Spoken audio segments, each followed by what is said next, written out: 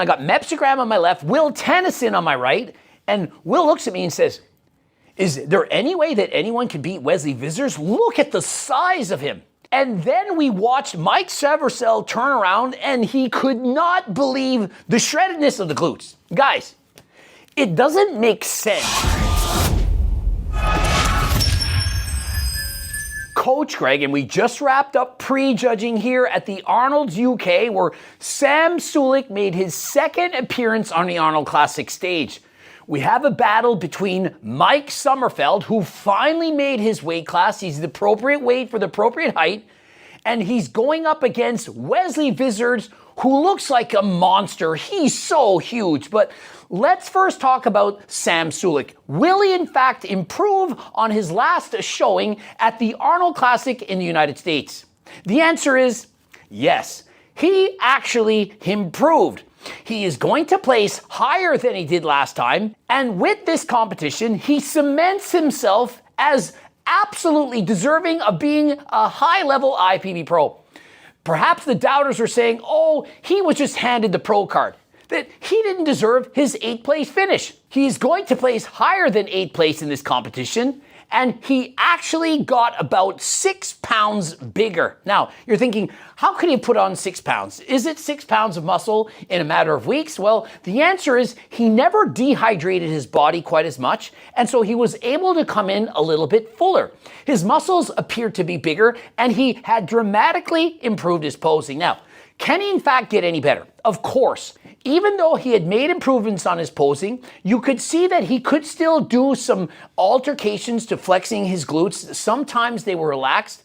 And although he's shredded, he still lacks some of the muscle maturity of some of the other competitors. Now, in comparison, when they first walked out on stage, Sam was placed in the middle between Mike Sommerfeld, former Arnold Classic champion, and Wesley Vissers, a 2-time Arnold Classic champion.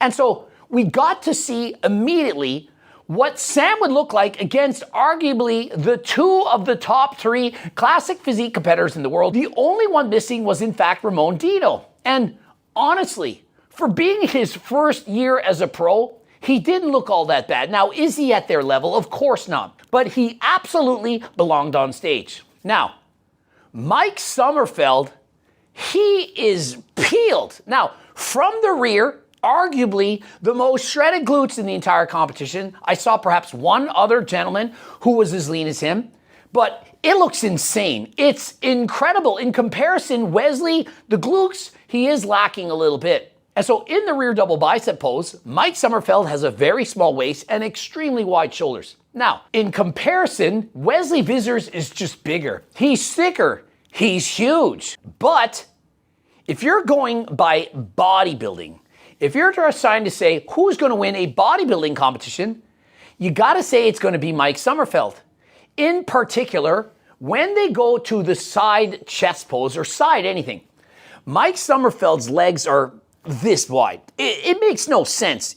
You have to be there in person to really appreciate just how good his side chest really is. The hamstrings and quads, the separation, the thickness, the width, it's unbeatable. Now, from the front, Wesley Vissers, when standing relaxed, he is a monster. He's 6'3" and weighs over 250 pounds. And as they're just standing there, you have to be thinking, how can the big guy not win? But as they go through their poses, you can see that Wesley Vissers perhaps was not quite as sharp as he was in his last 2 previous competitions. In particular, I noticed his abdominals were not that sharp. Now, he offsets this by performing a vacuum pose in the way that C-Bum used to do. And so when he sucks in, his waist, it looks even smaller, and he has lats that look like barn doors. It looks like wings. It's incredibly huge. Mike Sommerfeld, who's 7 inches shorter than Wesley, he doesn't have as much presence on stage. He's smaller, but for his height, he's just as big as Wesley Vissers. And so the judges, they were not sure what to do. They tossed and turned. They brought each men separately in a 2-man call out, and they're trying to see, what will the judges think? My opinion is it's very, very close. If you poll the audience, some people are going to say it's Wesley, some people are going to say it's Mike. My personal opinion, if they're judging like bodybuilding, Mike Sommerfeld is the better bodybuilder. He has fewer weaknesses, and there's a large difference in the actual size of the hamstrings, the legs, and so on.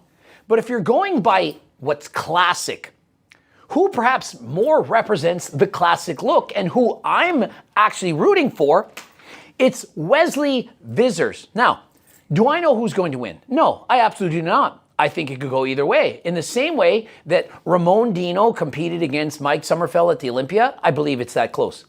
If they announce Wesley Vissers as the overall champion, I will not be surprised. And if Mike Sommerfeld wins, I also won't be surprised. What I would like to see is Mike Sommerfeld jump up into the open class division, or dare I say the 212, and I believe he could be the champion. He has so much muscle, and to make the weight class, he literally had to lose 7 of those pounds of muscle. He doesn't look as big or as impressive as he once was when he was a little bit bigger, but he is a formidable opponent and most certainly the top 3 best classic physique competitors in the world. And so in speaking to Wesley Vissers backstage following the competition, he also doesn't know who is going to win. He knows that it could be anyone's games. He has the size, he has amazing shape, but it's literally apples and oranges, and so we just don't know. Now, Sam Sulek is going to place either 6th or 7th in this competition. He may, in fact, place as high as 6th. He was not in the initial call-out of 4 competitors, and so we know he cannot place in the top 4. And in the second call-out, one man was put into the center and left with the other call-out, and so we most certainly know he cannot place in the top 5. The top 5, it's not possible, but he may, in fact, finish 6th or 7th.